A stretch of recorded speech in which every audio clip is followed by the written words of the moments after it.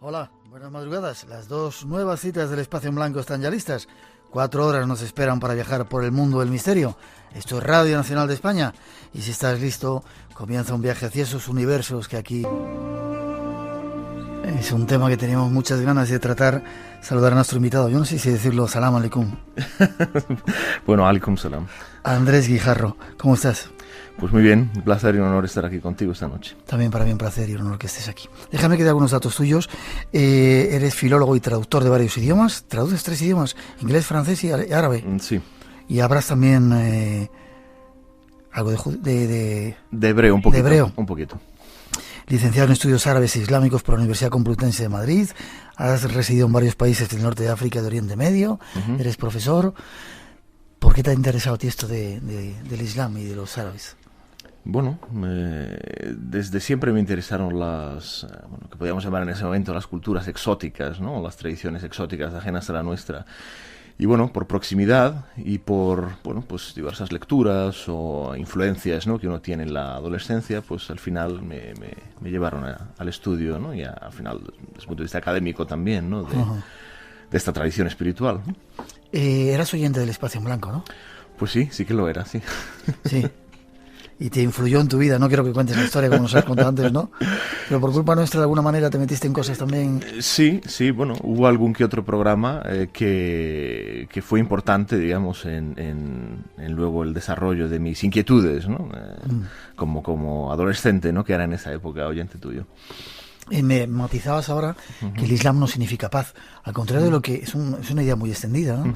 Que dicen que Islam significa paz, no significa exactamente paz. Claro, la palabra Islam pertenece a una raíz de la que también existe la palabra paz, que es salam, efectivamente. Pero Islam, exactamente, es difícil de traducir, pero podemos traducirlo como sumisión a la voluntad divina, ¿no?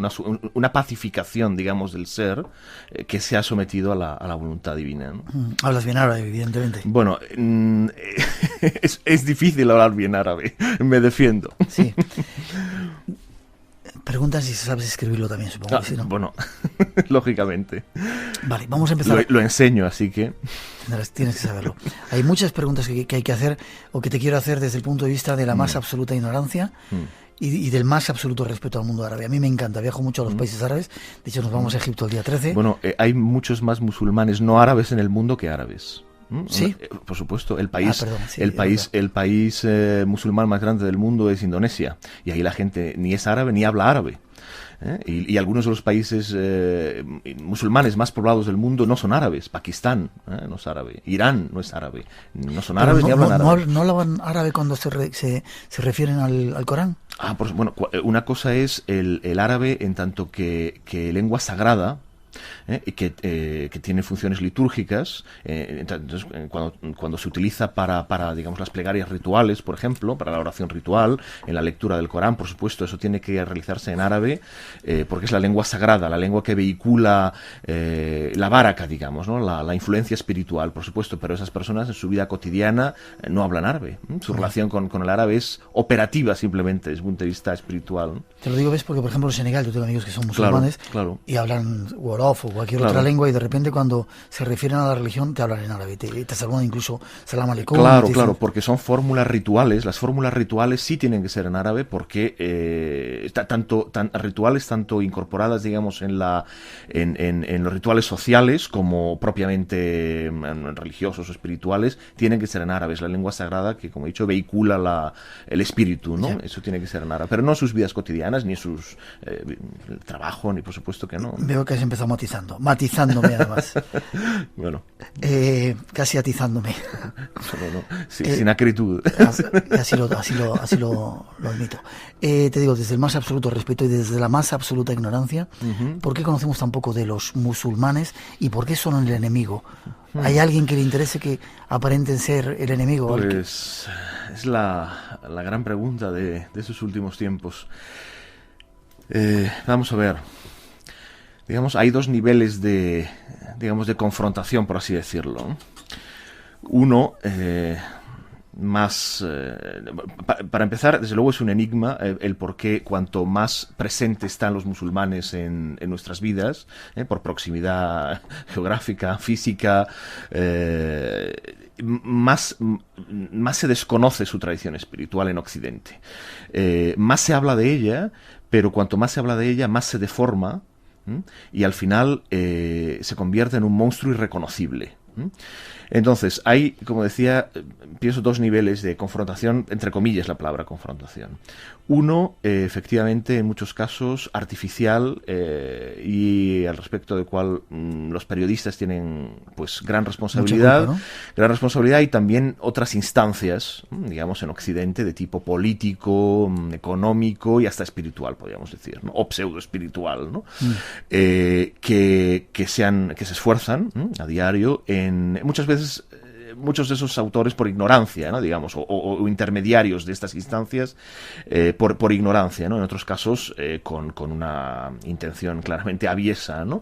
Y con un plan detrás, lógicamente, se esfuerzan a diario, como decía, en presentar determinadas manifestaciones, como te decía antes, monstruosas, ¿no? Excrecencias monstruosas que han aparecido recientemente en el Islam, como el Islam. Por ejemplo, llevar burka, que las mujeres vayan tapadas absolutamente, que no puedan ver nada. Eso no tiene nada que ver con el Islam. En sí mismo no. Muchas de esas manifestaciones, no me refiero a las manifestaciones monstruosas que directamente son anti-islámicas en muchos casos, ¿no? Van en contra del espíritu del Islam. Otras muchas que han existido desde hace mucho tiempo, porque el fenómeno del integrismo, tal y como lo conocemos hoy en día, es un fenómeno moderno, y hay que insistirlo. Pero otras muchas manifestaciones de este tipo que nos sorprenden, nos chocan o nos desagradan, sí que han existido desde hace más tiempo, pero en muchos casos tienen más que ver con las tradiciones locales, culturales, de estos. Vamos a ver, si el burka fuera algo propiamente islámico, se llevaría en muchos más países islámicos. Sin embargo, está centrado en determinada parte de la geografía del mundo islámico. Entonces habrá que pensar que se trata más de algo vinculado a la cultura de esa zona, o a la interpretación, digamos, del Islam que la cultura de esa zona hace, y luego en muchos casos también son fenómenos que se han presentado como generales y obedecen, o sea, o pertenecen a momentos o a capas sociales o a estratos sociales muy concretos. Muchas veces son fenómenos urbanos que no se manifiestan en el Islam rural, por ejemplo, ¿no? Yeah. Sí. Déjame, que te pedía antes que fueras sí. sintético si puedes, porque tengo 1000 preguntas que hacerte. La ablación, por ejemplo, es otra aberración. Eso es algo absolutamente ajeno al Islam. Es decir, tal como se practica en muchas partes, es algo absolutamente ajeno al Islam. Ajeno a la tradición islámica, ajeno al Corán, por supuesto, ajeno a la Sunna, ¿no? La Sunna es la tradición profética, ¿no? La tradición del profeta Muhammad, ¿no? De Mahoma, como se conoce en Occidente, es ajena completamente. Otra cosa que ocurre siempre, además típica y tópica cuando viajas a un país árabe, donde hay creencias islámicas, todo el mundo dice la mujer está siempre machacada, está sometida al hombre, va detrás de él, tiene que ir vestida. ¿En el Islam se dice algo de eso? ¿Que la mujer tiene que estar sometida al hombre? No, vamos a ver, el Islam como tradición integral que es decir, una tradición espiritual que no solamente atañe, digamos, a lo que entendemos aquí en Occidente hoy en día por espiritualidad o vida espiritual, sino que, vamos a ver, en el Islam no hay diferencia entre lo sagrado y lo profano. Es decir, todo es sagrado. Todo es sagrado, y las manifestaciones cotidianas de la existencia también son sagradas o están sacralizadas, digamos, ¿no? Entonces, el Islam, como tradición espiritual, tiene como objetivo, en tanto que el ser humano como miembro de una sociedad, crear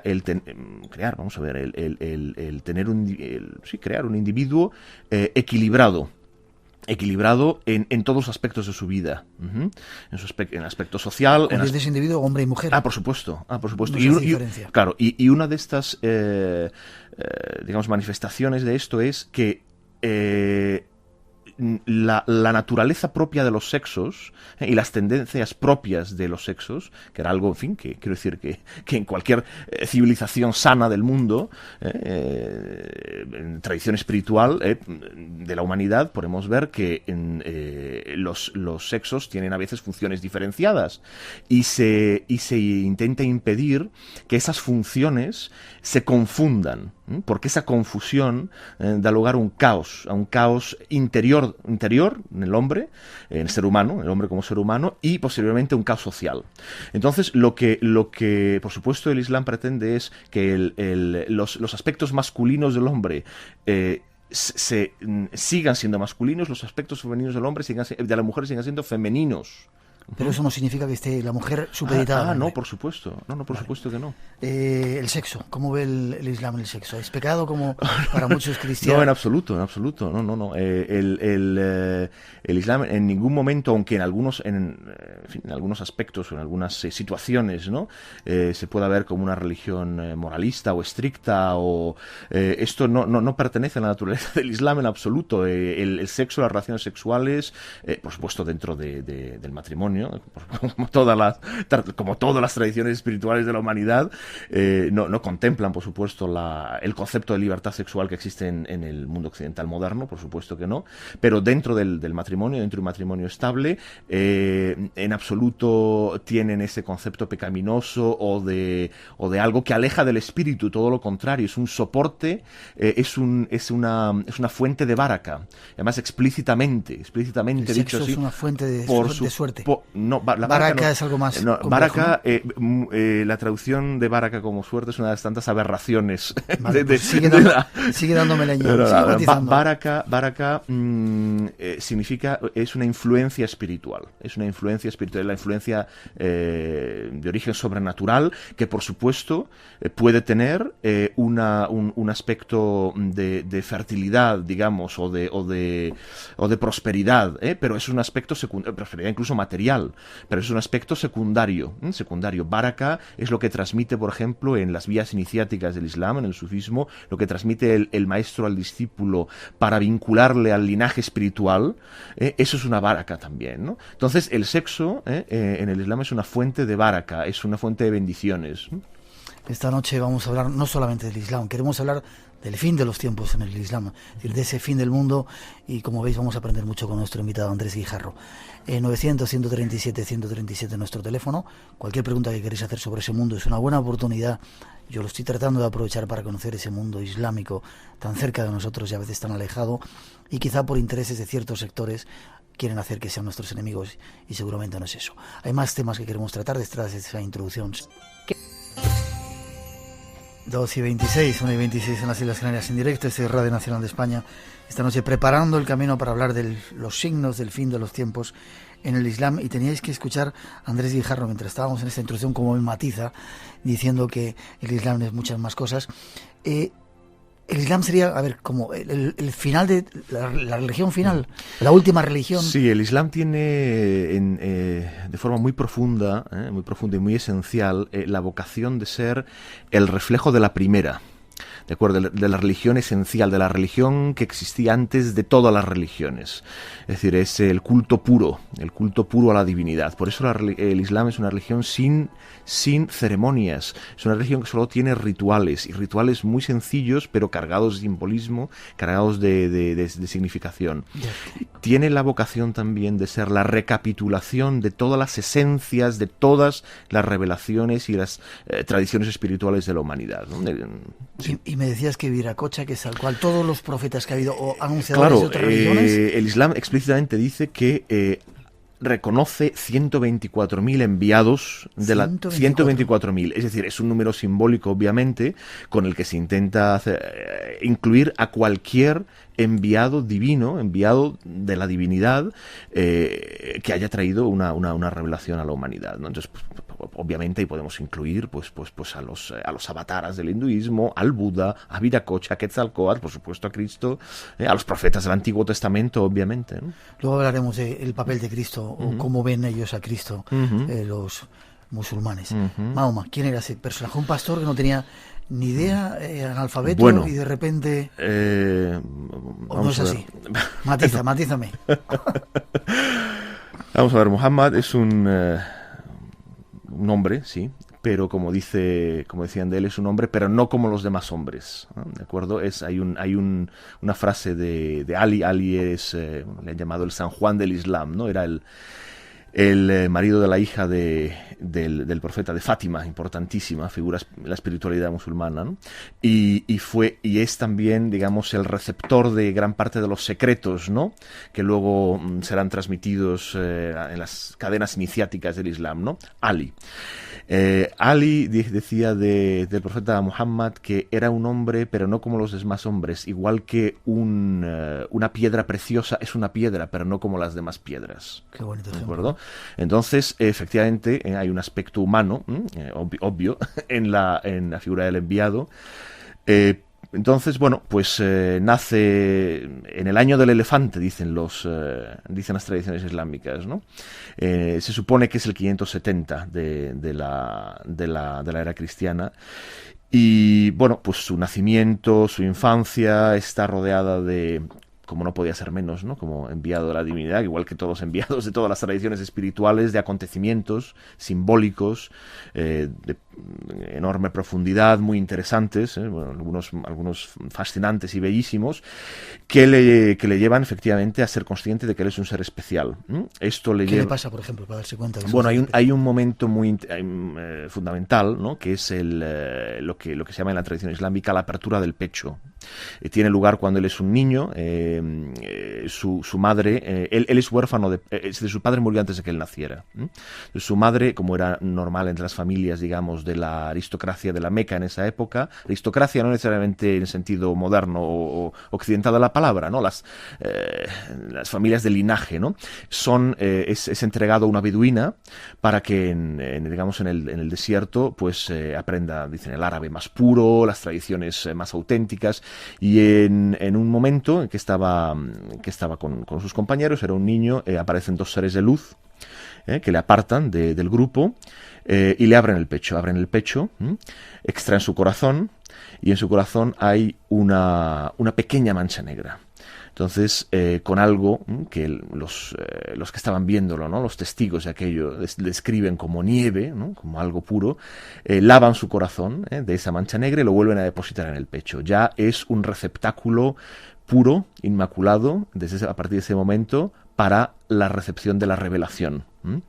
Entonces se interpreta, digamos, esa mancha negra del corazón, pues como en fin, los cristianos lo llamarían el pecado original, ¿no? Entonces es borrado y ya es no es lo mismo, insisto, no es lo mismo, pero vamos, para entendernos. Y desde ese momento pues ya es un receptáculo puro, ¿no? para la recepción en su corazón de la revelación divina. Cuando es adolescente, ya en su madurez, empieza a retirarse cada vez más frecuentemente al monte Hira, ¿no? Es un monte que hay cerca de la Meca. Y allí un día, pues, aparece el ángel Gabriel, el arcángel Gabriel, Jibril. ¿Por eso has llamado a tu hijo así? No necesariamente, pero bueno, nos gustaba ese nombre también antes. Que le dice, Iqra, en árabe, Iqra, recita. Iqra. Y de esta misma raíz aparece luego Corán. Corán significa la recitación. Entonces le dice, recita, ¿no? Y ese es uno de los capítulos, una de las suras, ¿no? Del Corán, recita en nombre de tu Señor, ¿no? Etcétera. Es un capítulo bellísimo, ¿no? Del Corán. Y en ese momento desciende, dicen, en el pecho, ¿no? Del enviado, en su corazón, de una forma sintética, toda la revelación, y después, a lo largo de su vida, otra vez de forma gradual. Y es en esa segunda fase, digamos, o manifestación de la revelación, cuando irá transmitiéndolo y formándose lo que hoy conocemos como el Corán.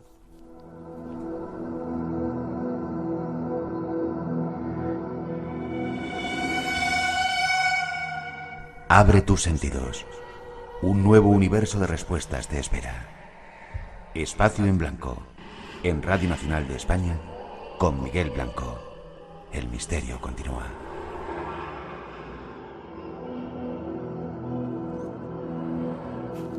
Dos y 33, 1:33 en las Islas Canarias. Esto es Radio Nacional de España.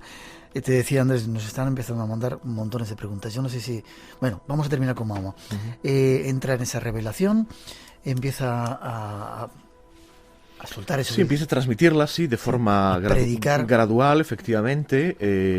Esos dos seres de luz se podían, no sé, asemejar a... Sí, son dos ángeles, obviamente, ángeles, ¿no? Vale, claro, vale. claro. No, así son considerados además en la tradición islámica, ¿no? Vale, empieza a predicar, ¿y qué ocurre? Bueno, pues primero deja claro desde el primer momento que lo que él trae no es una nueva religión. Es el recuerdo de la religión primordial que los hombres han olvidado. La Meca en ese momento pues hay un contexto de paganismo burdo, digamos, ¿no?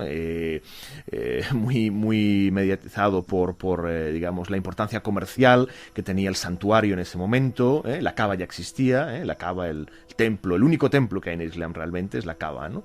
El resto, digamos, las mezquitas son lugares de prosternación, que es lo que significa mezquita. Masjid significa lugar de prosternación, simplemente no es un templo. El único templo, la casa de Dios, que se llama Bait Allah, es la Kaaba de la Meca. Ya existía en esa época, si queréis hablaremos luego de la Kaaba. Sí. Entonces, digamos, la aristocracia Quraishi, ¿no? La tribu que controlaba, digamos, el comercio y el poder en ese momento en la Meca, por supuesto, ve en peligro su estatus, ¿no? Y se manifiesta, bueno, de forma hostil, ¿no? Se presenta una clara hostilidad que va creciendo hasta que finalmente en el año 722 se produce la Égira, ¿no? Es el inicio de la era islámica, ¿no? Es el año 722 y Muhammad y sus discípulos, que en el Islam no se llaman discípulos, se llaman ashab, compañeros, ¿no? Recuerda un poco lo que decía Jesús a sus discípulos, ¿no? Somos hermanos, ¿no? No sois mis discípulos, sois mis hermanos, mis compañeros. Pues emigran a la ciudad de Medina, la ciudad al norte de la Meca, en la misma península arábiga, al norte de la Meca, y allí se crea, digamos, la primera ciudad regida, tanto en lo material como en lo espiritual, por la nueva revelación, ¿no? Yeah. Vamos a dar un amplio salto. ¿Cuándo desaparece Mahoma? ¿Desaparece en...? El 632. Sí. ¿Y se va al cielo en un burro? ¿Cómo es la historia? No, muere y es enterrado. ¿Muere y es enterrado? Pues sí, está enterrado en donde vivió, en su casa en Medina, donde ahora hay una mezquita, por supuesto, ¿no? Enseguida se construyó... Bueno, ya había una mezquita allí, pero, bueno, igual que no era un hombre como el resto de los hombres, para la gran mayoría de los musulmanes, los enviados de Dios no mueren como todos los hombres. Es decir, la relación con ellos pervive después incluso en unos casos de forma muy íntima, ¿no? Y muy profunda, aún después de la desaparición física del enviado divino, ¿no? Ya. ¿Y esa historia entonces que te cuenta cuando vas a la mezquita del Aqsa? Ah, bueno, no, eso es otro episodio. Otro episodio. Eso es no otro tiene episodio. Nada que ver con Eso es eso es el Mi'raj, un episodio muy importante. Muy importante es el Isra y el Mi'raj. El Mi'raj es la ascensión del profeta a la presencia divina, que tiene lugar desde aquel lugar tan importante, aquella piedra sobre la que se depositaba el arca de la alianza, también, ¿no? Como llaman la tradición hebrea, ¿no? Eben Shetiyah, ¿no? La piedra del fundamento.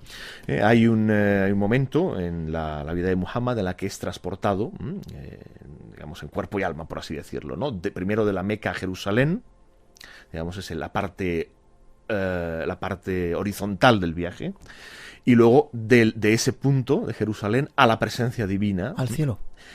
A la presencia divina. A la presencia divina. Es más allá de los cielos. Es decir, el relato del Mi'raj, de la ascensión, lleno de simbolismos interesantísimos, de encuentros con los otros enviados de las anteriores tradiciones espirituales, es un viaje a través de los cielos. No al cielo, a través de los cielos, hasta más allá de los cielos, hasta la presencia divina. Tengo que hacerte unas cuantas preguntas ya que no estás. Bueno, antes, Jesús, ¿qué papel tiene Jesús en el Pues Islam? Jesús personaje importantísimo en la tradición islámica, aunque no se crea. Hay dos aspectos sobre todo. Uno en lo que podemos llamar la espiritualidad más profunda del Islam, o incluso en las tradiciones esotéricas o iniciáticas del Islam, ¿no? Que es el sufismo, en el que es un personaje fundamental.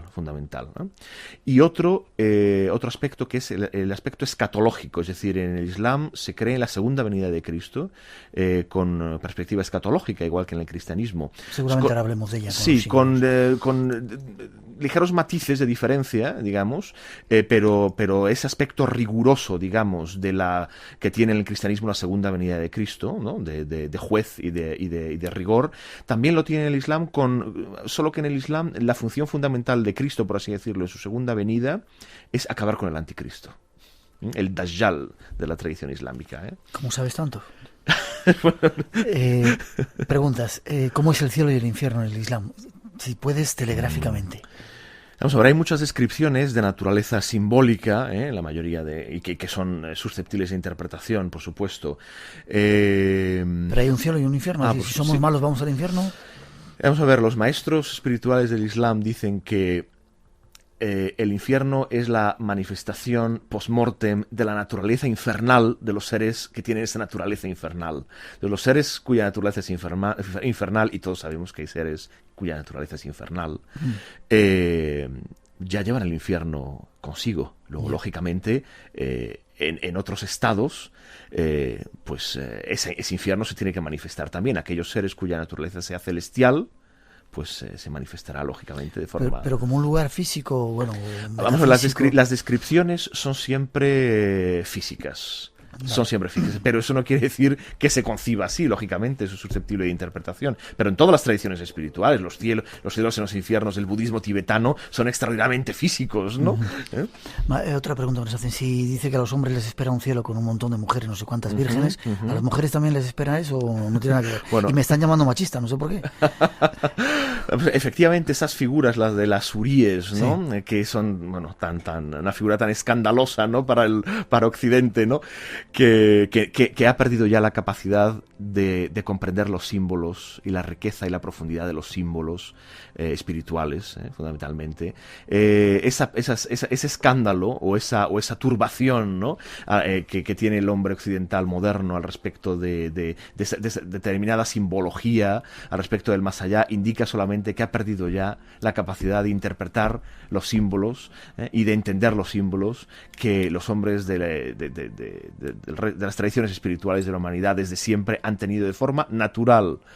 Y por eso escandaliza tanto. Ya, pero no me has contestado. ¿Las mujeres tienen también otro paraíso? En lo que respecta a la vida espiritual, no hay diferencia ninguna en el Islam entre hombres y mujeres, ninguna. Vale, ahí sí me has contestado. 2:41, 1:41 en las Islas Canarias.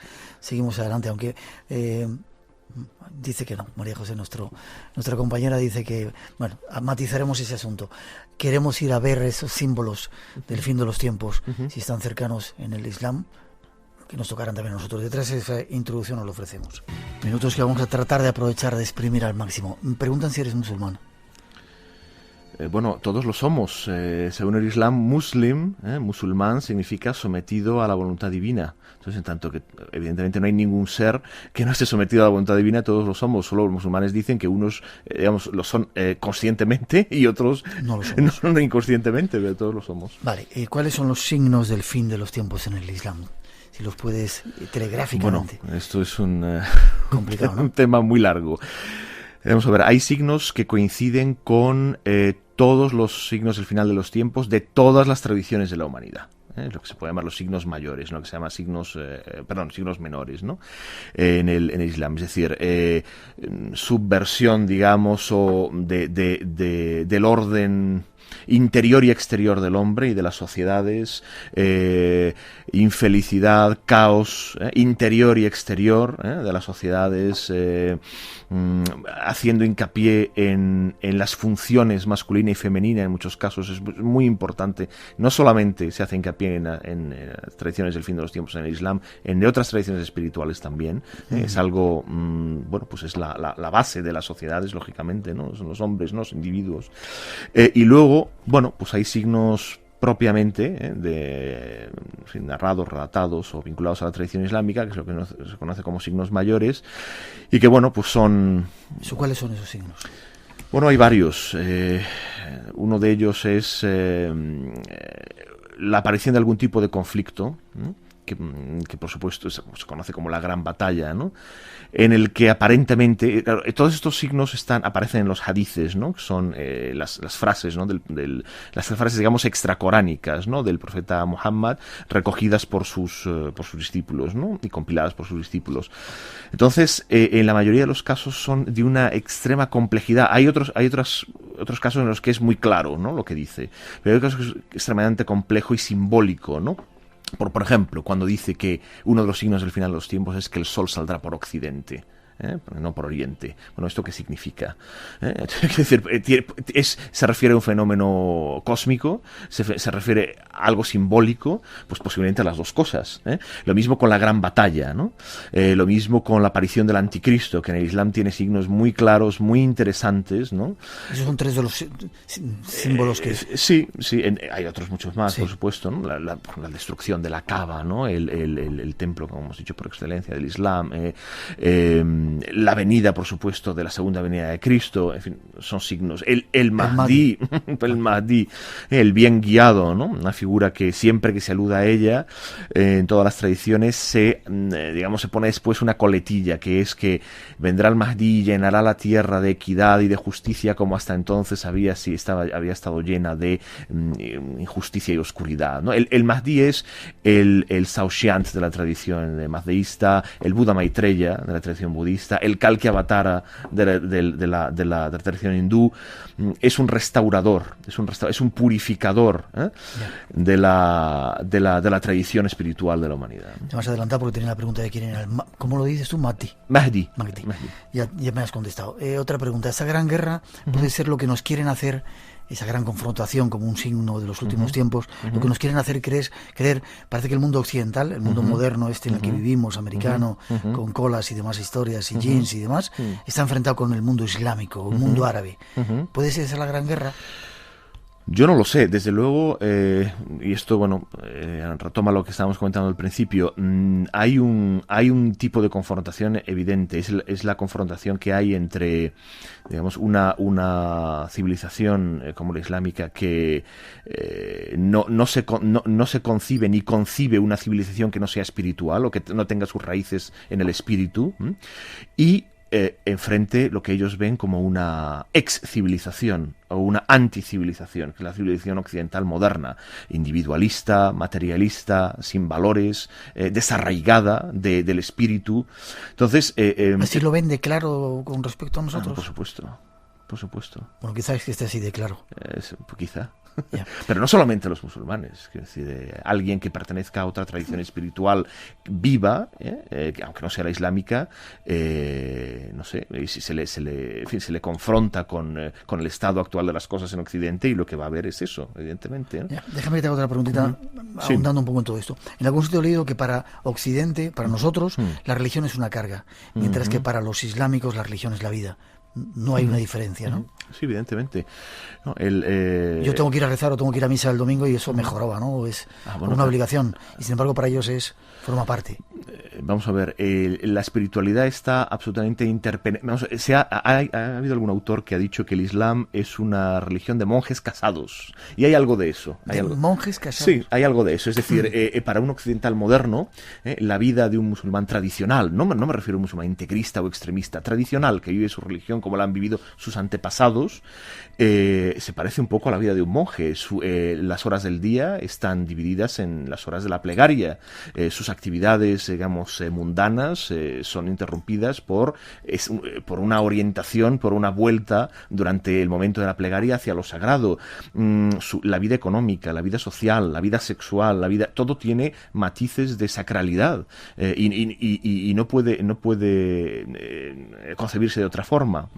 Entonces, efectivamente, lo sagrado está absolutamente interpenetrado con la vida cotidiana, interior y exterior del ser, ¿no? Del musulmán. Lo hacen por vocación o por obligación. Es decir, hay que rezar 5 veces y eso no se llega a convertir en una obligación, o ellos no llegan a ver ese matiz en el Islam. Por supuesto, habrá muchas personas a las que, bueno, se les haga duro, pero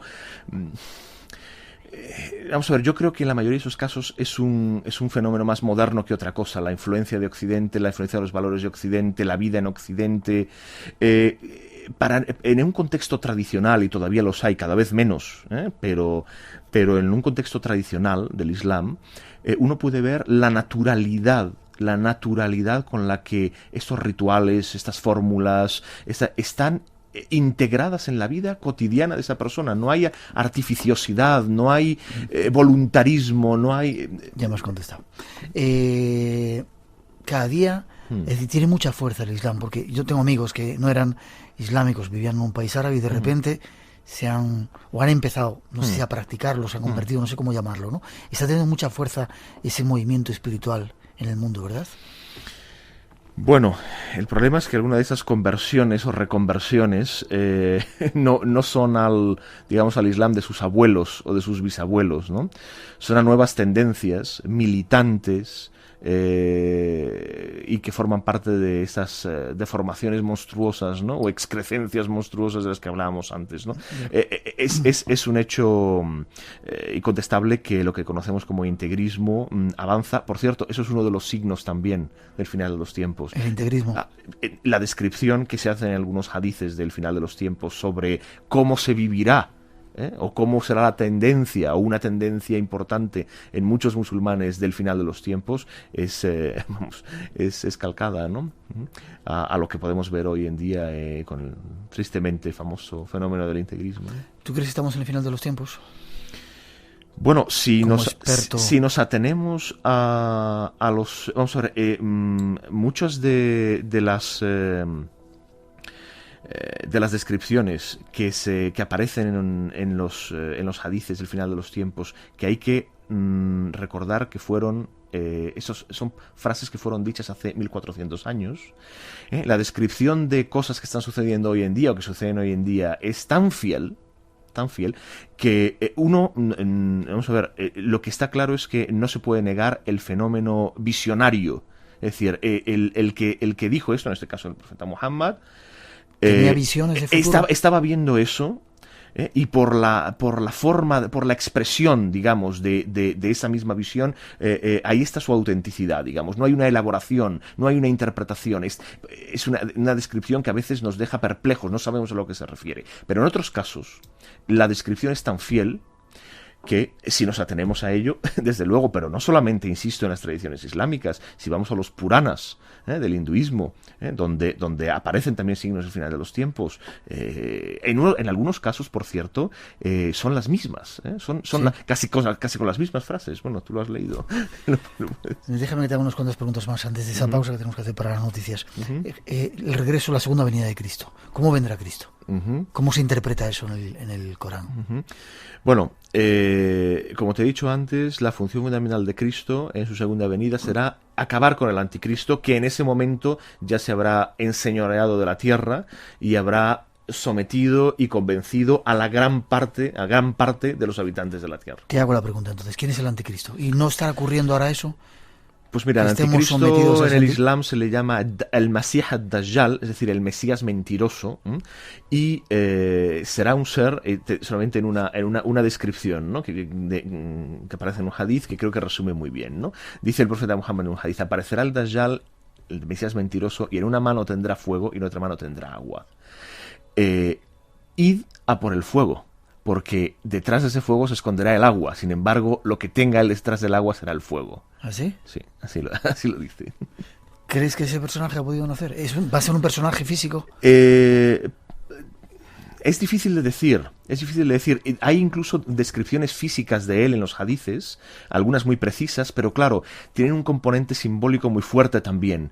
Por ejemplo, tendrá un solo ojo, será tuerto, Y es curioso también cómo se insiste en que ha habido prefiguraciones a lo largo de la historia del anticristo, prefiguraciones, digamos, manifestaciones por adelantado, pero el definitivo, ¿no? Aparecerá solo al final de los tiempos. Y desde luego, bueno, pues hará gala de un poder enorme, de convencimiento, será un falso mesías, atraerá a muchas autoridades espirituales, en fin, y esto solamente acabará con la llegada de Cristo, digamos, la confrontación entre Cristo, Jesús, ¿no? Isa, se dice, como se le llama en el Islam, y el anticristo será lo único que acabe con el reino del anticristo en el mundo. Y después llegará el Mahdi. El Mahdi, efectivamente. Que vendrá a traer... El Mahdi tiene una función sobre todo purificadora, y los hadices insisten en que los principales enemigos del Mahdi serán las autoridades espirituales, incluidas las del Islam. Serán sus principales enemigos. No así, dicen los hadices, digamos, el pueblo o el creyente de a pie. El creyente de a pie sincero reconocerá al Mahdi enseguida y su función. Pero como las autoridades espirituales, los doctores de la ley, digamos, estarán aferrados a la letra y a la forma y no al espíritu, y lo que trae el Mahdi es una revivificación del espíritu de la tradición espiritual o de la religión, se encontrará en ellos a sus principales enemigos, y de hecho dice el hadith que solamente le aceptarán por la espada, es decir, solo por la espada. Antes de terminar, Mahoma no era un hijo de Dios, no está considerado como hijo de Dios, simplemente profeta. Ese concepto de hijo de Dios no se contempla como tal en el Islam, en ninguno de los enviados divinos. El concepto filiación, un concepto teológico muy propio del cristianismo, y no es susceptible de traspasarlo, yo creo, a ninguna tradición espiritual.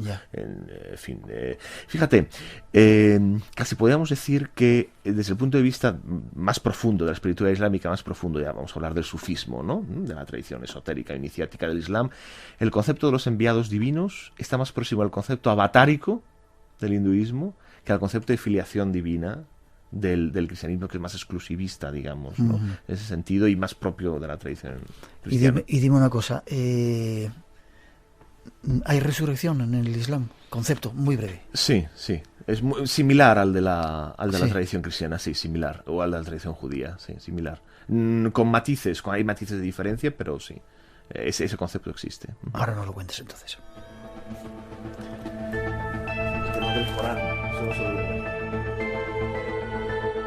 Tenemos que hacer una mínima pausa. Llegan las noticias de las 3, las 2 en las Islas Canarias. Enseguida regresamos. Vamos a seguir hablando de datos del Islam, del Corán también. 900-137-137 en nuestro teléfono. Enseguida regresamos. No olvidéis, tenemos todavía mucho que contaros. Nos vamos al Amazonas y otros un montón de lugares. Enseguida regresamos. 3 y 6, 2 y 6 en las Islas Canarias, segunda hora en esta primera cita del Espacio en Blanco. Esto es Radio Nacional de España. Acordaos que mañana hacemos el programa Cara al Público en Toledo, desde el Salón de Actos de la Caja Castilla-La Mancha. Ahí estaremos a partir de las 10 y media es la cita, con un montón de invitados interesantes. Si queréis venir a vernos, estáis invitados. En esta segunda parte todavía tenemos un montón de misiones que cumplir. Vamos a conectar en el Amazonas con algunos de nuestros compañeros que están por ahí de viaje. Veremos dónde los localizamos. Emilio Fiel va a estar con nosotros. Queremos hablaros de radiestesia y mucho más todavía, y queremos aprovechar todavía un poco más a nuestro invitado Andrés Guijarro, que ha escrito un libro que se llama El signo del fin de los tiempos según el Islam, con algunos de estos datos que a mí me ha sorprendido. Andábamos buscando un personaje como él que conociera tanto, y desde ese punto de vista el Islam, que por eso está con nosotros. Pero hay más que queremos que nos cuente. Después de esa introducción nos vamos a la ciudad sagrada por excelencia. Bueno, Emilio, vamos a tratar de matizar algunas cosas. Perdón, Andrés, no te llamo Emilio, Andrés. El libro se llama Los signos del fin de los tiempos en el Islam, editado por EDAF, que quede esto claro. Estaba pensando en la pronunciación. Lo hemos pronunciado todo mal, Andrés. Es difícil pronunciar en árabe bien, ¿eh? Es difícil. Los datos estaban ahí. ¿Qué es la Meca? Bueno, antes de la Meca ya estaba la Kaaba. La Kaaba. ¿Esa piedra negra? ¿Es una piedra negra? Bueno, la piedra negra está incrustada en una de las esquinas de ese templo cúbico, que es exactamente lo que significa Kaaba. Kaaba significa el cubo. La Kaaba es un templo primordial, un templo primordial. La historia mítica, digamos, la Kaaba empieza con la historia de la humanidad. ¿Sí? Sí, la Kaaba ha tenido varias fases. La Kaaba no siempre fue cúbica. Primero fue circular, después fue triangular, y finalmente cuadrada. Digamos, ha ido con los ciclos, ha ido cambiando, es un cambio cíclico, ¿no? Entonces, de forma mítica, digamos, el inicio de la primera Kaaba está vinculada al primer hombre. El primer hombre, que también en el Islam es el primer enviado divino, ¿no? El Khalifatullah fil Ard, el representante de Dios en la tierra, que es el hombre por excelencia, y el primer hombre es Adán. Después, es decir, es una Kaaba, digamos, antediluviana, ¿no? Prediluviana. Después, el siguiente personaje vinculado a la Kaaba es Abraham, ¿no? Abraham, el enviado divino también en el Islam, el profeta Abraham y su hijo Ismael, que, digamos, restauran la Kaaba, por así decirlo, ¿no? Ya son los pertenecientes de un nuevo ciclo, digamos, de la humanidad, ¿no? Después hubo varias restauraciones. La Kaaba para el Islam recibe varios nombres. Uno de ellos es Surratul Ard, el ombligo de la tierra, es el ónfalos de los griegos, es la Kaaba para los musulmanes, es el centro de la tierra, es el axis mundi, es el eje que une el cielo con la tierra, es el lugar físico a partir del cual se manifestó el resto de la tierra, digamos, el centro del mundo. Desde luego es un lugar de culto como mínimo neolítico, como mínimo. Y que, en fin, al respecto de este templo hay anécdotas o historias interesantísimas. Una de ellas, una de las últimas restauraciones que tuvo lugar en vida de Muhammad, antes de su manifestación como enviado, cuenta la tradición que se fueron quitando las piedras hasta los cimientos, las piedras para restaurarlas, para limpiarlas, para poner otras nuevas, y se llegó a los cimientos, y cuenta el narrador, que lo vivió en primera persona, digamos, ¿no? Era uno de los que estaba restaurándolo. Cuando llegamos a los cimientos, allí había un tipo de piedras que no tenían nada que ver con las que habíamos quitado encima. Eran piedras de otra naturaleza, es decir, eran tipo de piedras como no son las piedras de la tierra. Las describe, era como jorobas de camello, suaves, brillantes, pero decidieron también removerlas, digamos, ¿no? Entonces hicieron palanca en una, y en el momento en que empezó a moverse una, se produjo un terremoto. ¿Sí? Sí. Y entonces pararon, insistieron con otra, y volvió a producirse otro terremoto. Entonces, en fin, llegaron a la conclusión de que esas piedras no se podían mover, las de los cimientos. Esas piedras siguen allí, los cimientos. Luego ha habido varias reconstrucciones, varias restauraciones, siempre respetando la misma medida cúbica que ha tenido desde un tiempo inmemorial, ¿no? Déjame que te pregunte, hay quien dice que esa piedra negra es una piedra extraterrestre, de origen extraterrestre, o traída por yo que sé quién. Sí, la tradición islámica dice que es una piedra que en sus inicios era blanca, y la impiedad de los hombres la ha ido poniendo negra a lo largo del tiempo, y que fue, digamos, un regalo, repito, es historia sagrada, ¿no? Simbólica, y así hay que entenderla, fue un regalo de Dios a Adán, y es una piedra del paraíso. Es una piedra del paraíso, y cuando Adán fue expulsado del paraíso, para que tuviera en la tierra un recuerdo del paraíso, Dios le mandó esta piedra, que fue incorporada al templo primordial, digamos, a la Kaaba primordial, y allí sigue. ¿Por qué? Creo que es uno de los 5 mandamientos o obligaciones que tienen los islámicos, ir a hacer la peregrinación. Pero ¿por qué? ¿Por qué esa devoción? ¿Por qué esas vueltas que se dan alrededor en ese sentido? ¿Hay algo mágico detrás de todo son ello? las vueltas que se da, es el pradakshina de los hindúes, ¿no? Las vueltas que están alrededor del sitio sagrado, o de los budistas, ¿no? Los hombres desde tiempo inmemorial han rodeado los sitios que consideraban sagrados, ¿no? Han dado vueltas en una dirección o en otra, ¿no? Pero han dado vueltas ahí. Bueno, hay las vueltas que se dan alrededor de la Kaaba, unas son, digamos, a una velocidad, unas más rápidas, otras más lentas. Todo esto tiene un simbolismo profundísimo, de naturaleza espiritual, que no podemos entrar hoy en él, pero nada es en sentido arbitrario, ¿no? Todo obedece a un simbolismo, y bueno, pues la peregrinación es porque es la peregrinación al centro del mundo, al centro al eje que une la tierra con el cielo, ¿no? Si no lo haces, ¿hay algún tipo de castigo? No, en absoluto. Solamente se debe hacer si la persona está en perfecto estado de salud, si tiene medios para hacerlo. No quiero tener ningún tipo de castigo por el hecho de no hacerlo en absoluto, ¿no? Porque es bastante caro, creo, que hacer esa Y hoy en día, bueno, quiero decirle, por la inmensa cantidad de gente, ¿no?, que se hace. De todas formas, por ejemplo, el musulmán, antes de hacerlo, es decir, es un viaje que transforma, es un viaje iniciático. Antes de hacer el viaje hace testamento. Es decir, hace testamento porque va a morir y va a renacer, va a volver renacido. Entonces, quiero decir, no es una peregrinación como a visitar la tumba de un santo, que también tiene lugar en el Islam, o a un sitio. No, es algo mucho más profundo, es la peregrinación al centro del mundo. Tenemos que terminar, es una pena. Yo te invito, te insto a venir más veces al programa. Después de ese fin de los tiempos, ¿cómo va a ser la vida? Si es que llega ese fin de los tiempos. Vamos a ver, el fin de los tiempos definitivo, y que es a lo que hace alusión el Corán constantemente, de forma casi obsesiva, es el retorno de todo a Dios. Es decir, ¿es bueno entonces? Bueno, pues sí, se supone que sí. Es decir, todo salió de Dios al principio de los tiempos y al final de los tiempos, cuando, digamos, es lo que llaman los hindúes el Mahapralaya, ¿no? Es la reabsorción universal, ¿no? Es decir, todo vuelve a su origen. El origen de todo es Dios, todo vuelve a Dios. Y te quedas tan tranquilo.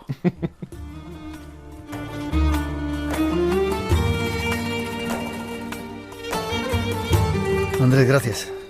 Un placer. Andrés Guijarro, autor de Los signos del fin de los tiempos según el Islam, un libro publicado por EDAZ hace un montón de tiempo. Sí, unos años ya. Que yo he rescatado, es decir, no es una novedad, no estamos haciendo publicidad del libro, sino que yo lo he rescatado, me he sorprendido con él. Quiero que vengas más al programa, por favor. Estoy a tu disposición.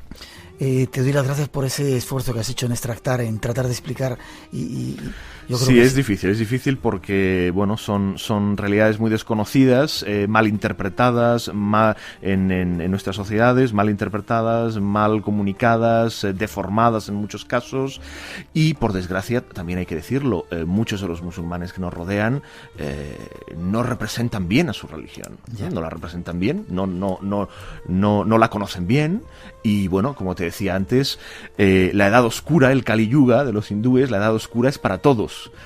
Afecta a cada tradición espiritual de una forma particular. Al cristianismo, a la tradición cristiana la afecta de una forma especial, y a la tradición islámica pues de la suya. Entonces, por desgracia, hay efectivamente muchos musulmanes de los que nos rodean que no dan una imagen de lo que realmente es el Islam. Gracias por habernos traído un poco de luz, y te emplazo para seguir haciéndolo, ¿vale? A tu disposición, Miguel. Un placer, gracias. Nos vamos a Toledo, últimas informaciones. Mañana estaremos allí, escuchar un poquito algunos datos.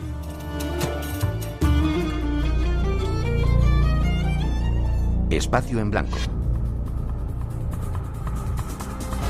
Todos los viernes y sábados de 2 a 4 de la madrugada. Dirigido por Miguel Blanco.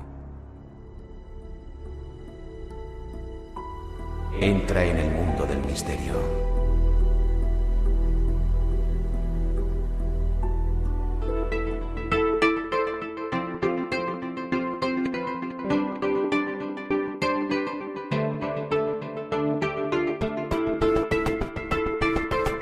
Venimos anunciando hace unas cuantas semanas. Mañana se cumplen 25 años de nuestra emisora Radio Nacional en Toledo, y además vamos a asistir al segundo Congreso Ciudad de Toledo con un buen montón de gente, compañeros del misterio, y a realizar allí el programa.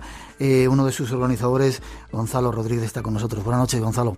Hola, buenas noches, Miguel, ¿cómo estás? Estáis ya con la lengua afuera, que no podéis más. Estamos a tope. Mañana comienza ese congreso. Vamos a dar los últimos datos para los rezagados, que hay tiempo todavía de que puedan ir a apuntarse, ¿no? Sí, perfectamente. Se pueden apuntar entrando directamente en nuestra página web, la del congreso, que es www.congresociudadtoledo.com, www.congresociudadtoledo.com. Perfecto. Y la gente que llegue directamente, estábamos anunciándolo desde diferentes partes de España que quieran llegar, ¿dónde pueden ir directamente? Directamente la pueden comprar, la entrada en la puerta es en el Centro Cultural de la Caja Castilla-La Mancha en Toledo, que está en la calle Talavera de la Reina, número 22. Perfecto. Muy cerca de lo que llaman en Toledo el barrio de la Avenida de la Reconquista. Calle Talavera, número 22. Perfecto. ¿A qué hora comienza?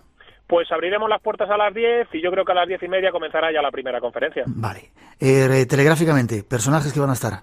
Bueno, pues tenemos a Ramiro Calle, tenemos a Jesús Callejo, tenemos a Nacho Ares, tenemos a Miguel Pedrero y por supuesto también está Miguel Blanco, que va a venir también a darnos una fascinante conferencia. Yo siempre lo digo cuando hablo con vosotros, me quiero escaquear pero no me dejáis.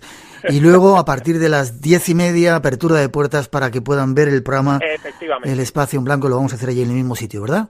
Efectivamente, el propio centro cultural donde se lleva a cabo el congreso, luego ya por la noche, a partir de las 10:30 se abren las puertas. Y bueno, pues para todo el mundo que pueda asistir a la grabación en directo de ese Espacio en Blanco que se va a hacer en Toledo. Entrada gratuita para la gente que quiera ir a partir de las 10:30. 2 horas intensas con un buen montón de invitados hablando de algunos misterios de Toledo y de otras sorpresas. Vuelve a decir la página que nos vamos. www.congresociudadtoledo.com. Gonzalo, nos vemos mañana, ¿vale? Un placer y un abrazo fuertísimo. Enhorabuena por el trabajo. Hasta luego, muchas gracias. Hasta pronto.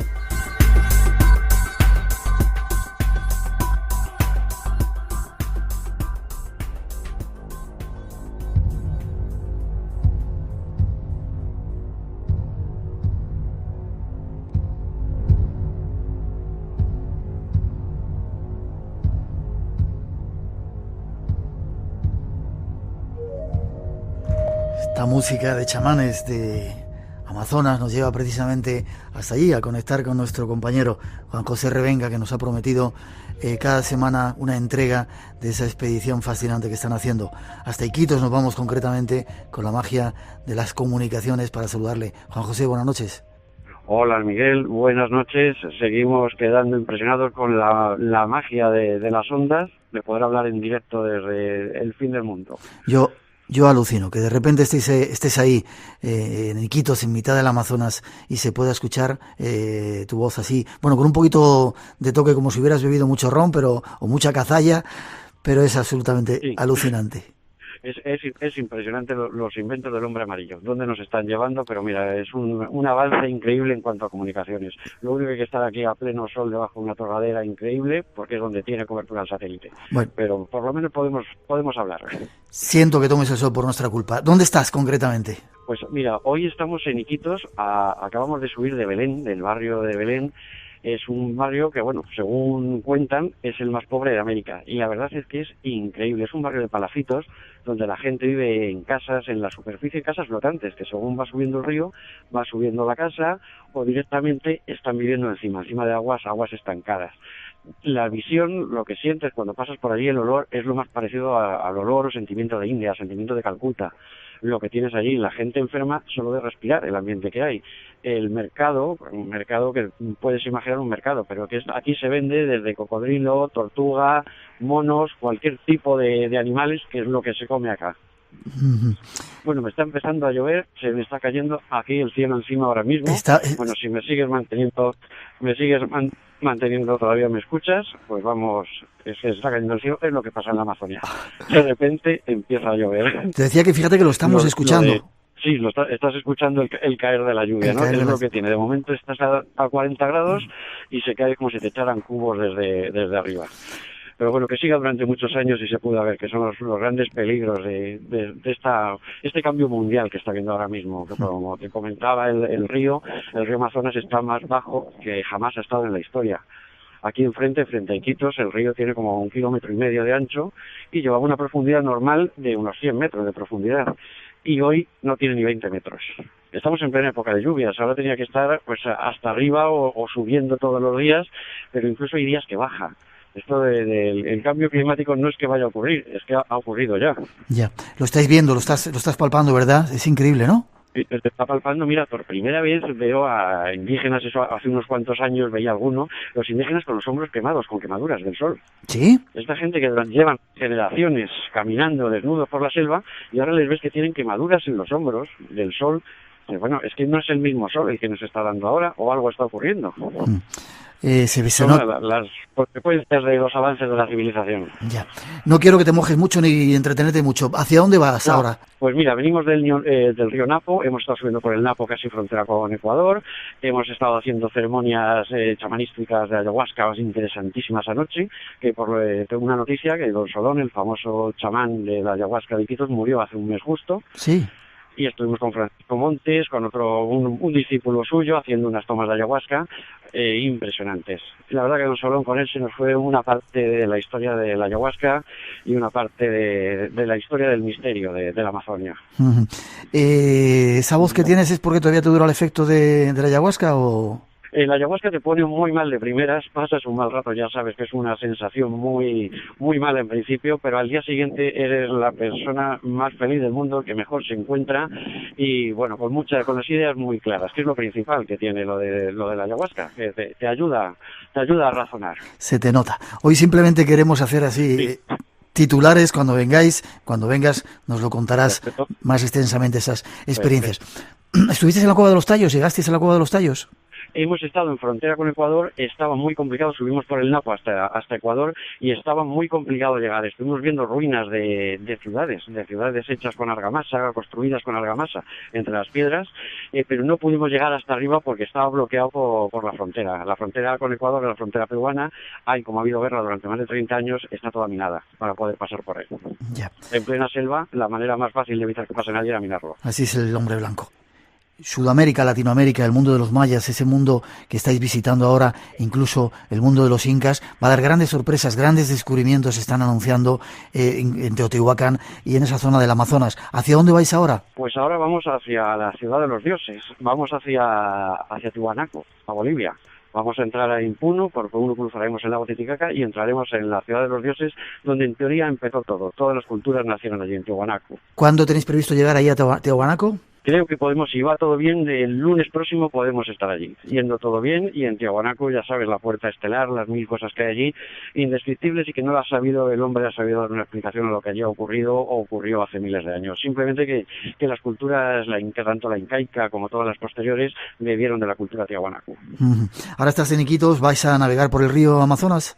Exactamente, acabamos de subir de Belén, vamos a bajar al Nanay, ahora vamos a bajar al puerto de Bellavista, vamos a coger un bote, un deslizador y vamos a subir al puerto del río Nanay hacia los boras, hacia los indígenas boras, que ahí tengo amigos de hace muchos años que son indígenas y bueno, siempre es muy interesante las historias, leyendas y todo lo que esta gente te puede contar y además que te añade a tu sabiduría personal. Juan José, no queremos entretenerte mucho más, te agradezco la conexión, vamos a seguiros en ese periplo por Latinoamérica hasta la Antártida que vais a llegar, ¿no? Menudo viaje. Exacto, hasta Antártida, que con un poco de suerte para Navidades andaremos por allí.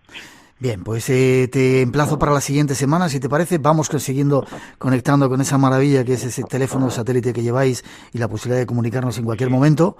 Os deseamos lo mejor.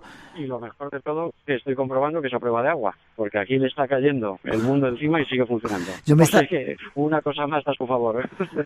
Me estaba dando prisa para que no te mojaras mucho, pero bueno, si el teléfono aguanta... No te preocupes, porque ahora sale el sol y me seco en 2 minutos, esto no tiene problema. Seguro que sí. Tranquilo, lo que necesites ya sabes, aquí estamos para lo que necesites, Miguel. Te deseo lo mejor, nos vemos en Tiwanaku la semana que viene en la Ciudad de los Dioses, ¿vale? Muchísimas gracias, un abrazo. Un fuerte abrazo, Juanjo, hasta prontito.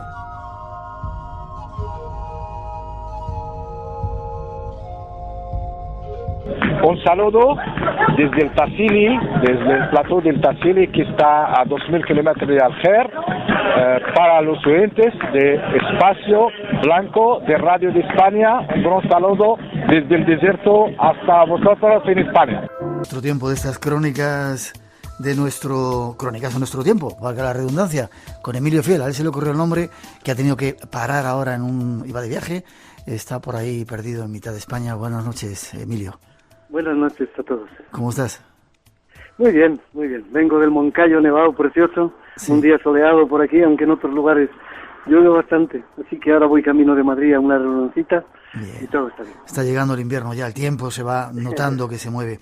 Emilio, en estas crónicas de nuestro tiempo, aparte de presentar hoy algunas novedades, hay mucha gente que se pregunta, estamos un poco ya cansados de escuchar palabras bonitas, de que pensando positivo se puede conseguir el cambio, la transformación, etcétera.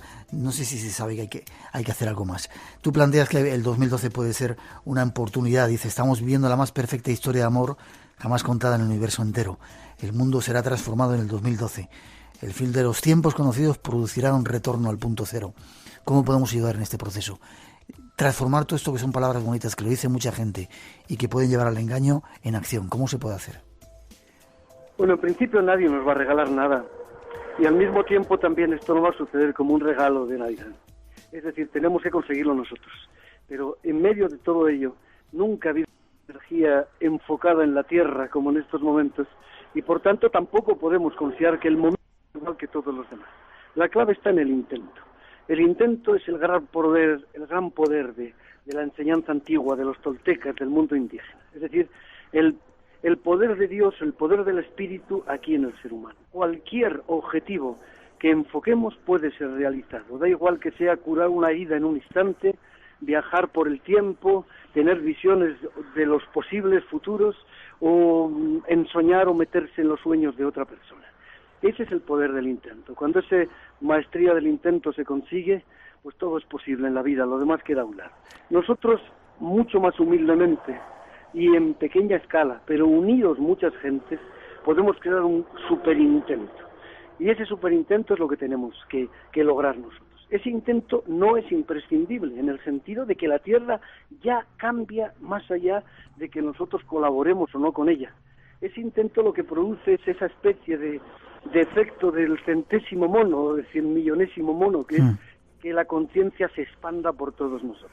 Así que en ese intento es donde tenemos que enfocar nuestra energía para estos próximos años. No es mucho el tiempo que queda y nunca nos puede hacer daño, que es lo que tenemos que entender también. Por mucho que esto a veces sean bonitas palabras, los que hemos vivido muchas magias en la vida, los que hemos vivido muchas respuestas de la Madre Tierra cuando le hemos pedido signos, sabemos que estas cosas son posibles y no podemos menos que intentar pues focalizar toda esta energía a través de lo que somos, de nuestro cuerpo luminoso, de nuestra merkaba, de lo que queramos decir, de nuestra conciencia finalmente. Alguien dice o ha dicho que lo peor que puede pasar en el 2012 es que no pase nada, porque habremos perdido una gran oportunidad. ¿Estás de acuerdo? Sí, absolutamente. Es decir, pero ya te explico, más allá de que hagamos o no hagamos, ya no hay forma de que no pase nada.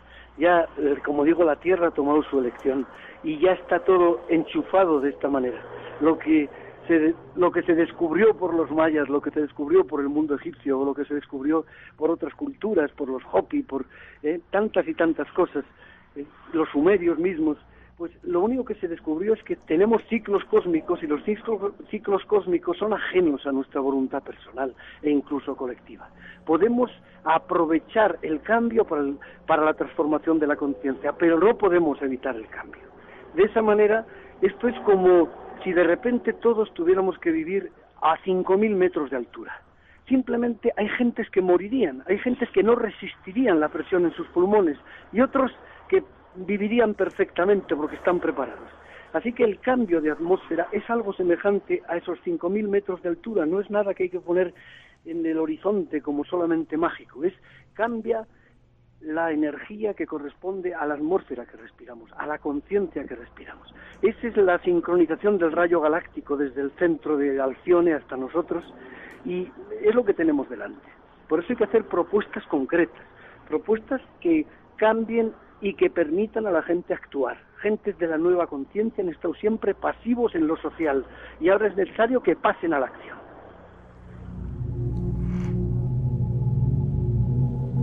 Yo te pregunto, Emilio, ¿cómo pasar a la acción? ¿Cómo puede ser dar ese paso concreto? ¿Quizás ese partido blanco? Pues bueno, hemos aprovechado algo que ya existe hace tiempo, pero que está en el corazón también. Es el Partido Blanco de la Nueva Tierra. Significa que hay que dar un voto, no de castigo, pero sí de aviso a los políticos de que no estamos de acuerdo. Pero todo eso sin caer en la trampa de jugar otra vez los juegos del ego que los políticos juegan y los juegos del poder. Así que tenemos que hacer una propuesta unida.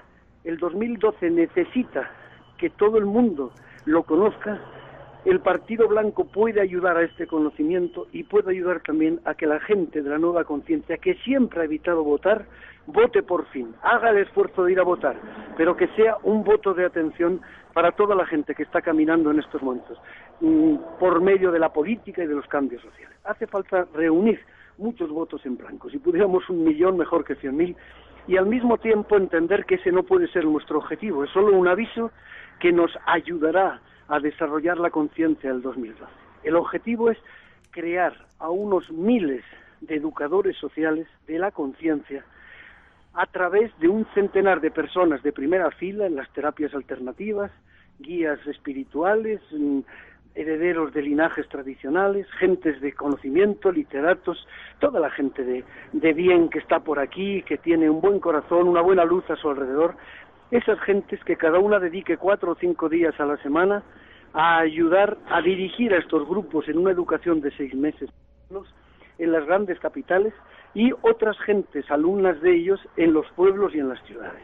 Y que se haga ese programa educando a estas personas en los conceptos de lo que significa la liberación de la sombra, el abrazo del dragón, de la oscuridad que hay en nosotros y de su transmutación, que abra de alguna forma la conciencia del nuevo tiempo, el amor por la tierra. Bueno, tenemos todos programas muy complejos y lo que haya que hacer habrá que hacerlo pues en sinergia, habrá que hacerlo compartiendo. No puede ser que yo haga el programa o cualquiera lo haga. Tenemos que estar todos de acuerdo, pero no tanto en hacer un programa unificado, sino en que cada uno expanda su conciencia y su conocimiento a estas gentes pues un fin de semana. Y entonces en 8 por 6, 48, 50 fines de semana que esta gente quede preparada para ayudar a otras personas. El Partido Blanco de la Nueva Tierra, ponerse en marcha, quizás sea uno de los puntos de ese camino. Te queremos dejar, que sigas con tu viaje. Seguiremos la semana que viene o la siguiente con este asunto, ¿te parece? Pero ¿cómo podemos empezar a interconectar redes? Forma de contacto.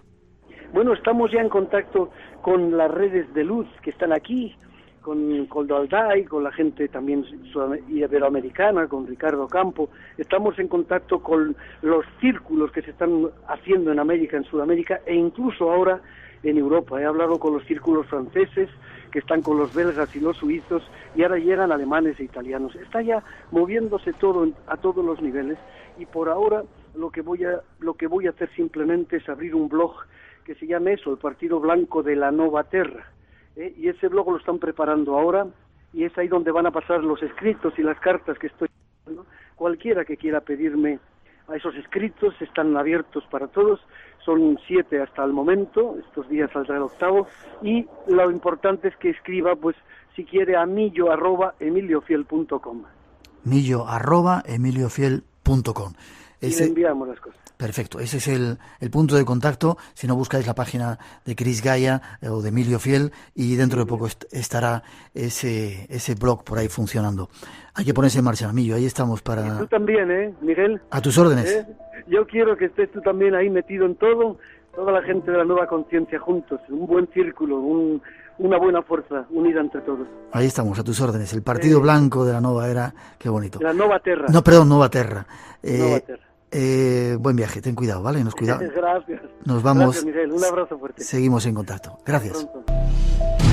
Espacio en Blanco.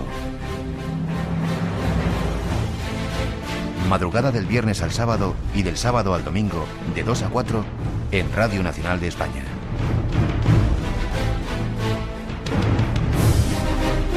Buscamos respuestas a todas tus preguntas. Estamos de nuevo entrando en el mundo de los misterios con Miguel Pedrero. Tenemos que buscarle un nombre a la sección. ¿Lo tenía? Buenas noches, don Miguel. Muy buenas noches. No tiene, pero bueno, yo creo que es lo propio, ¿no? ¿Que no tenga nombre? No, que tenga nombre, buscarle un nombre, ¿no? Ah, vale, sí, pues eso te toca a ti. Vale. Damos las gracias, el otro día no lo pudimos hacer, realizando ese programa de psicofonías que ha levantado ríos de tinta, súper chulo. Haremos una segunda parte a la gente de Zaragoza que nos dio ese premio. Sí, no se lo dimos. Yo quiero aprovechar desde aquí a Carlos Ollés de Zaragoza, ese premio, y a su grupo al SIPE, realzando un poco el espacio en blanco, cosa que te agradecemos. ¿De qué vamos a hablar hoy? Radiestesia. Es el arte de sobre todo es conocido porque es el arte para localizar agua, vetas de minerales, pero también es utilizado para localizar objetos o incluso personas desaparecidas. Ajá. Es curioso porque dentro de estos temas misteriosos la radiestesia o los saoríes es algo que está muy aceptado. De hecho, cuando sales por ahí por el campo aceptan que vaya un tipo con unas varillas, o que cuando vayas a hacer un pozo tengas que preguntarle al zahorí de turno en el pueblo dónde hacerlo. Y aciertan. Un misterio, pero como son de increíbles, ¿verdad? Sí, hay gente que se gana muy bien la vida con eso, ¿eh? Yo creo que todos tenemos amigos, familiares o nosotros mismos en nuestras fincas o en el pueblo. Es lo habitual, ¿no? Avisar a un zahorí para que encuentre ese agua y construir ahí el pozo, ¿no? Y la verdad es que aciertan. Sí, señor, es lo curioso, que aciertan. Pero queremos enfocarlo desde otro punto de vista, ¿no? Es un arte, yo no sé si llamarlo arte, muy antiguo, ¿no? Esta práctica. Sí. Bueno, incluso parece que se remonta a la Biblia, ¿no? El padre Pilón, José María Pilón, que te iba a preguntar ahora a nombrarle porque es uno de los más expertos en este tema, ¿no? Es probablemente el radiestesista más conocido de España, no solo porque es practicante de este arte y con mucho éxito. Luego, si tenemos tiempo, comentaremos algunos de sus éxitos, ¿no? Incluso con la localización de secuestrados por grupos terroristas, ¿no? Bueno, un tema apasionante, pero también ha localizado objetos perdidos, agua, vetas de minerales, y también se ha especializado en el estudio de la radiestesia desde el punto de vista científico, ¿no? Cuáles podrían ser las bases o cuál podría ser el funcionamiento de este fenómeno de la radiestesia. Pero tenemos otro personaje del grupo EPTA también, ¿no? Sí. Me lo encontré, me llamó mucho la atención. En la última charla que dimos en el grupo EPTA, que vamos a dar también en el mes de enero, febrero, me estuvo comentando algunas de estas cosas que me parecen apasionantes. Cuéntanos. Sí, es muy amigo del padre Pilón, ha colaborado con él en varias investigaciones. Es José Luis Ramos Jácome, que es ingeniero y profesor de medicina, es decir, es ingeniero y médico y profesor de medicina en la Universidad de Alcalá de Henares, y es uno de los máximos expertos mundiales en el magnetismo de las neuronas, en el magnetismo neuronal, y allí en los laboratorios de la Universidad de Alcalá ha realizado estudios fascinantes sobre su especialidad y también sobre la radiestesia, es decir, ha aprovechado esas instalaciones para llevar a cabo experimentos científicos con el fenómeno de la radiestesia, ¿no? Con miles y miles de personas, es decir, sí, ha llevado a cabo estudios con miles y miles de sujetos y ha llegado a unas conclusiones increíbles que podrían explicar hasta cierto punto cuál es el funcionamiento de la radiestesia. ¿Por qué? ¿Por qué, hablábamos antes, por qué los zahoríes localizan esas vetas de agua, ¿no? ¿Cuál es la base? ¿Cuál es el origen? ¿En qué se basa? ¿Y en qué se basa, según? Bueno, pues según José Luis Ramos y también algunos otros científicos interesados en este arte, se basa precisamente en eso, en el magnetismo neuronal. Es decir, en el fondo, bueno, todos estamos acostumbrados a ver al zahorí normalmente con esas dos varillas, ¿no? Para localizar agua. Varillas que tienen que ser de avellano y concretas, ¿no? Bueno, tampoco tiene por qué, ¿eh? Yo con los que hablaba me decían que sí que tiene que ser además cogidos en un determinado momento, con una luna determinada. Eran muy explícitos ellos en esa historia. Bueno, según esta teoría tampoco sería necesario, ¿no? Y luego también el péndulo, ¿no? Que también es muy, muy utilizado por los zahoríes, ¿no? En el fondo no son las varillas ni el péndulo los que marcan que ahí hay un objeto perdido o una veta de agua. No. En realidad, mira, es un fenómeno cuyo funcionamiento es muy similar al de la Ouija. Es decir, el vaso no se mueve solo, el péndulo no se mueve solo. Quien lo mueve es el propio individuo, pero no conscientemente, sino de un modo inconsciente. Son movimientos inconscientes de los músculos los que mueven el vaso, en el caso de la Ouija, o el péndulo, en el caso de los radioestesistas, ¿no? ¿Y qué es lo que genera ese movimiento inconsciente de los músculos? Pues evidentemente nuestro cerebro, ¿no? Uh-huh. En el caso de la radioestesia, lo que defiende José Luis Ramos y otros especialistas es que en realidad el cerebro capta variaciones del campo magnético, ¿no? De hecho, José Luis Ramos, como te digo, ha hecho experimentos con miles de personas y ha llegado a la conclusión de que el cerebro humano tiene una sensibilidad al cambio, a las anomalías magnéticas, a los campos magnéticos, muy superior a aparatos, muy precisos, ¿no? Él llega a hablar de 2 nanoteslas, es decir, es una variación mínima que el cerebro tiene la capacidad de captarlo, no en todas las personas, pero en algunas personas, ¿no? De hecho, de sus experimentos se desprende que prácticamente la totalidad de los individuos pueden captar variaciones entre 20 y 50 nanoteslas, ¿no? Es decir, que lo que localizaría o lo que haría el radiestesista es simplemente localizar variaciones de un campo magnético, ¿no? Es decir, él capta esas variaciones del campo magnético, pero no sabe si ahí hay agua o hay una veta de minerales, ¿no? Pero desde luego ahí hay algo. Creo que tenemos testimonios de él, ¿no? Sí. En este primero, José Luis Ramos nos comenta, nos habla sobre el órgano clave del cuerpo humano para captar estas variaciones magnéticas, que es la glándula pineal. Atentos, es una nueva visión de ciertas cosas que funcionaban por ahí, visto desde la óptica y el mundo de la ciencia. Escuchemos a José Luis Ramos. El sensor magnético que tiene el cerebro, el organismo, todo el organismo, es la pineal. Una glándula que se estudiaba así por encima en los libros de fisiología, de medicina. Te habla de un órgano, no sé qué, que se atrofia ya a la mediana edad, tal y cual. Pues no se atrofia. Sigue funcionando, puesto que la pineal es la que regula todo el sistema hormonal. Todo el sistema hormonal está regulado por la pineal. Y a su vez, como la pineal es sensible al magnetismo, por usted que el magnetismo es el que te está regulando todo el organismo. ¿Cuántas cosas desconocemos todavía de nuestro cerebro, verdad? Sí, además él incidía mucho en la pineal, ¿no? Que es un órgano importantísimo que quizás no se tiene demasiado en cuenta, no hay demasiados estudios sobre ellos en el mundo de la medicina, ¿no? Regula todo nuestro sistema endocrino y está muy relacionado con el tema de los campos magnéticos. Ahí incluso podríamos dar otro salto y hablar ahora en otro programa, y tú lo has tocado en infinidad de ocasiones, pero está muy relacionado con esto de la radiestesia, cómo nos afectan los campos magnéticos, ¿no? Cómo afecta al cuerpo humano, cómo nos afectan a todos nosotros los campos magnéticos, ¿no? Que algunos pueden ser beneficiosos y otros pueden ser perjudiciales. ¿Hay más testimonios que nos cuente nuestro invitado de hoy? Aquí, en el siguiente corte, José Luis Ramos sigue incidiendo en esto, en la importancia del campo magnético para la vida de los seres humanos y cómo esto tiene que ver incluso con los inicios de la vida en la Tierra. Vamos a escucharlo.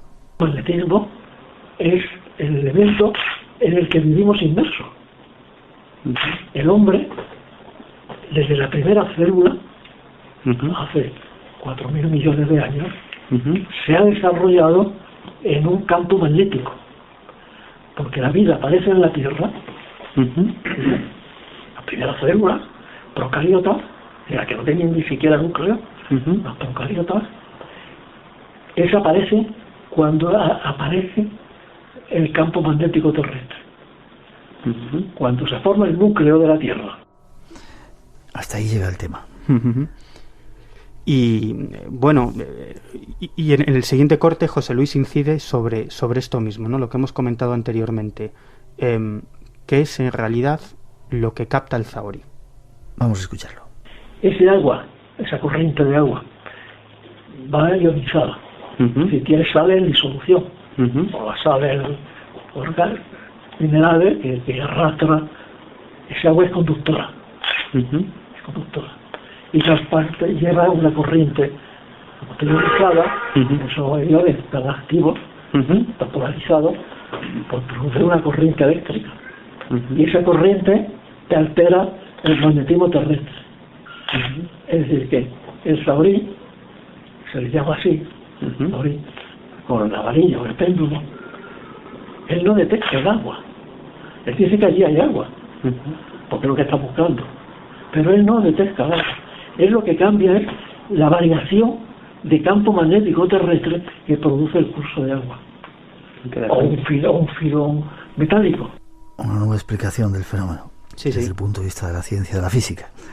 Y comentábamos anteriormente algunos de esos experimentos que ha llevado a cabo José Luis Ramos en los laboratorios de la Universidad de Alcalá de Henares, en la Facultad de Medicina.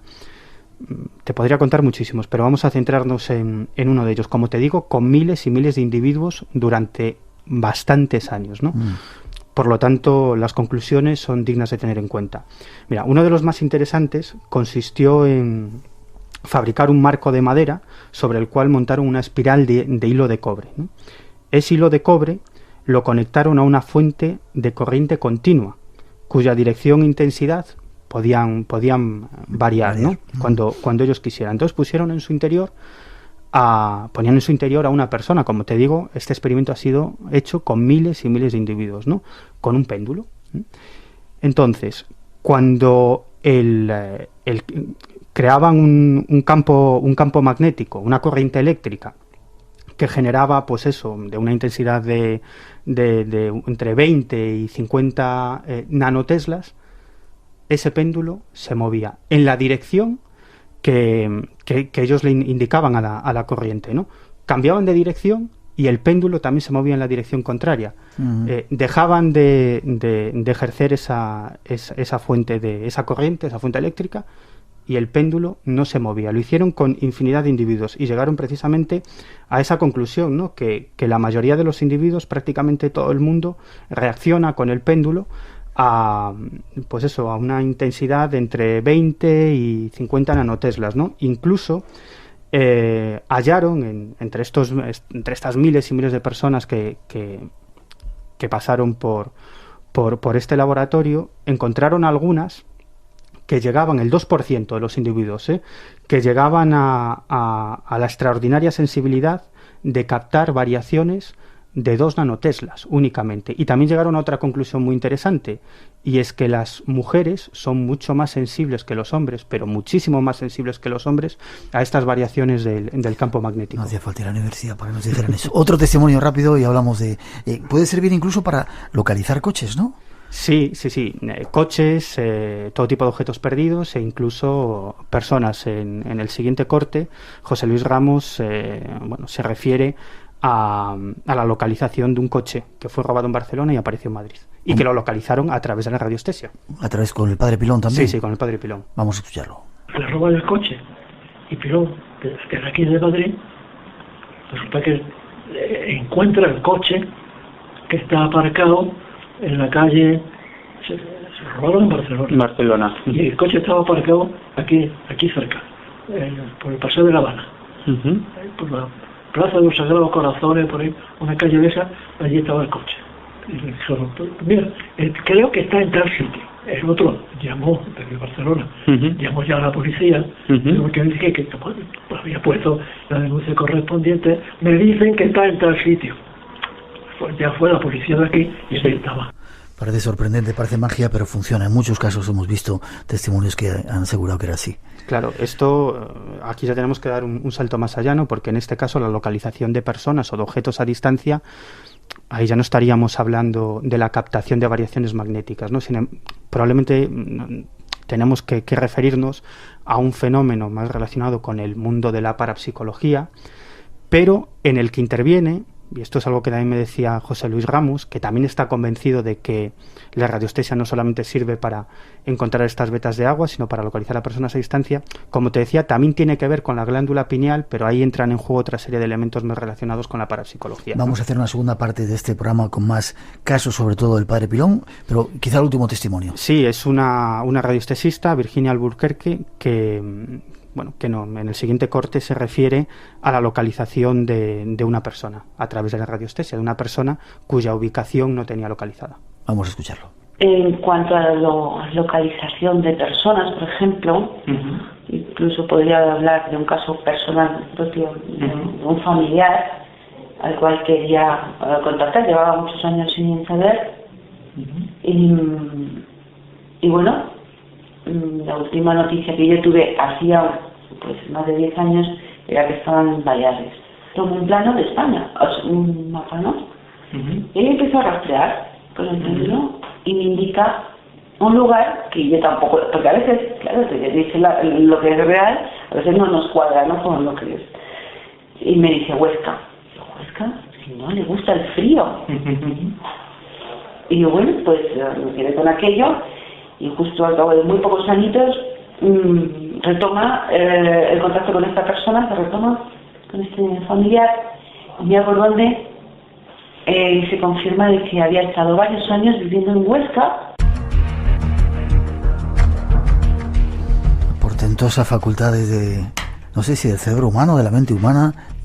Bueno, aquí la explicación de la variación de los campos magnéticos, como digo, se nos cae un poco, ¿no? No sirve de mucho, sí. No sirve de mucho, pero hay casos muchísimo más espectaculares. Si quieres, en otro programa hacemos una segunda parte y comentamos casos, estos sí, absolutamente espectaculares, que tienen que ver con la localización de personas desaparecidas e incluso de secuestrados por la banda terrorista ETA. El padre Pilón localizó la ubicación de varias personas secuestradas por la banda terrorista ETA y colaboró muy estrechamente, mano a mano, con los servicios de inteligencia y con los con las fuerzas y cuerpos de seguridad del Estado, pero eso lo comentaremos en otro programa. En otra ocasión. Gracias, Miguel, por esta sección que tienes que buscar título, en la que tratamos de explicar los misterios desde el punto de vista de la física. Nos vemos prontito. Disfruta. Pues hasta la próxima, Miguel. Gracias.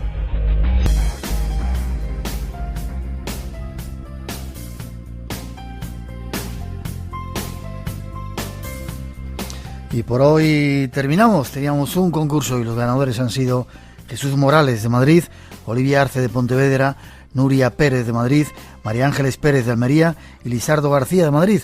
Poneros en contacto con nosotros y os haremos llegar ese premio. Enhorabuena, habrá más concursos. Gracias a todos por la participación y por habernos llamado esta noche.